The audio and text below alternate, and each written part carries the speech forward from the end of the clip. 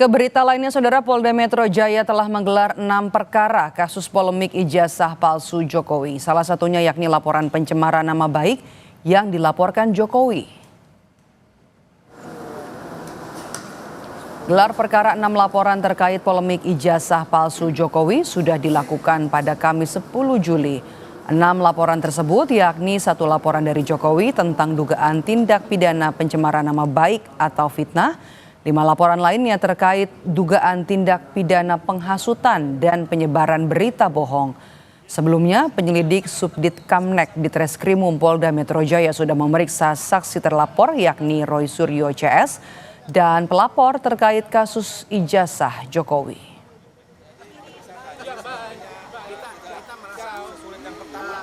Penyelidik telah melakukan gelar perkara terhadap 6 laporan polisi yang sedang ditangani. Yang pertama adalah tentang peristiwa dugaan tindak pidana pencemaran nama baik atau fitnah. Pelapornya adalah Insinyur HJW. Perkara yang kedua dengan dasar 5 laporan polisi, 1 dari Polda, yang 4 lagi penarikan dari beberapa Polres tentang dugaan tindak pidana menghasut orang lain untuk melakukan perbuatan pidana atau mendistribusikan, mentransmisikan informasi elektronik yang sifatnya menghasut, mengajak, atau mempengaruhi orang lain. Berdasarkan hasil gelar perkara, laporan yang dilayangkan Jokowi terhadap terlapor Roy Suryo CS dinaikkan ke tahap penyidikan. Tidak hanya itu, Saudara, 3 laporan tentang dugaan penghasutan dan penyebaran berita bohong juga naik ke penyidikan karena ditemukan adanya unsur tindak pidana. Terhadap laporan polisi yang pertama, pelapornya adalah Saudara Insinyur HJW, ditemukan ya, hasil penyelidikan sudah ditemukan dugaan peristiwa pidana sehingga perkaranya ditingkatkan ke tahap penyidikan. Yang 3 juga dalam hasil penyelidikannya ditemukan dugaan peristiwa pidana sehingga perkaranya dapat naik ke tahap penyidikan. Di tahap penyidikan tujuannya adalah untuk mengungkap siapa membuat terang peristiwa pidana dan mengungkap siapa tersangkanya. Ahli digital forensik sekaligus terlapor dalam kasus dugaan pencemaran nama baik, penghasutan dan penyebaran berita bohong terkait ijazah Jokowi, Rismon Sianipar merespons naiknya status laporan polisi ke tingkat penyidikan. Rismon Sianipar mengaku dirinya dan rekan-rekan tak gentar sebab hal yang sudah disampaikan menurutnya sesuai fakta ilmiah. Rismon menambahkan data yang disampaikan timnya pada gelar perkara khusus tidak mendapat bantahan dari pihak Bareskrim. Rismon mengaku akan melawan semua bentuk kriminalisasi terhadap dirinya dan tim yang terlapor. Kami tidak gentar sama sekali ya untuk menghadapinya. Karena kami berbasis ilmiah dan berbasis sains dan fakta-fakta di lapangan, sehingga kami akan lawan ya segala bentuk kriminalisasi terhadap kami. Dan pada saat gelar perkara khusus tanggal 9 hari Rabu ya 9 Juli 2025 ya, kami telah memaparkan segala kajian ilmiah kami dan tidak ada bantahan sama sekali dari pihak Bareskrim maupun Dirtipidum.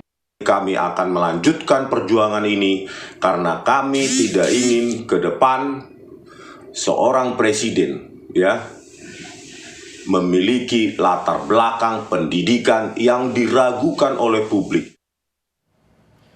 Untuk mengetahui perkembangan penyidikan laporan kasus ijazah Jokowi, sudah ada jurnalis Kompas TV Benediktus Aditya dan juru kamera Yan Faris. Bene, selamat petang. Setelah polisi menaikkan laporan kasus dugaan pencemaran nama baik dan penghasutan, sudahkah ada informasi mengenai penetapan tersangka dari kasus ini, Bene?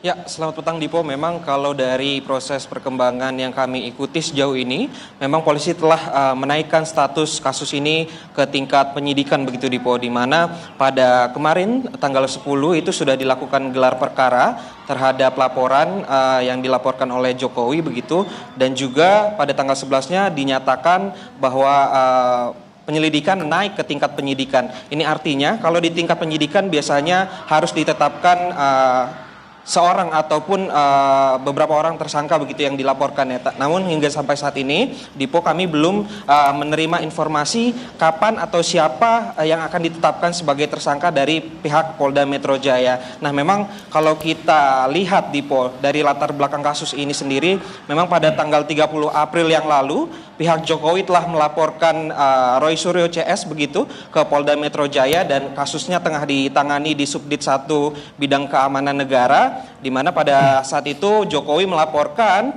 pada pasal 310 dan juga 311 KUHP tentang pencemaran nama baik dan juga fitnah. Kemudian juga ada laporan dari pihak Peradi Bersatu kepada Dr. Tifa yang kita ketahui ini untuk pasal 27A, kemudian pasal 32 dan juga pasal 35 Undang-Undang Informasi dan Transaksi Elektronik. Nah, untuk kedua kasus ini memang sudah dipanggil dari pihak pelapor maupun pihak terlapor. Kita ketahui pada tanggal 2 Juli yang lalu memang Roy Suryo telah dipanggil, namun Roy Suryo menolak panggilan tersebut karena alasannya ini bukan status pro justisia begitu ya. Sehingga Roy Suryo kembali menghadiri panggilan dari Polda Metro Jaya ini di tanggal 7 bersama dengan rekan-rekannya yang kita ketahui ada Egy Sujana, kemudian juga Rismon Sianipar. Nah, untuk kasus yang satunya atau delik tentang penghasutan dan berita bohong atau informasi bohong, ini kemarin juga sudah dipanggil Dr. Tifa dan juga dari pihak Peradi Bersatu.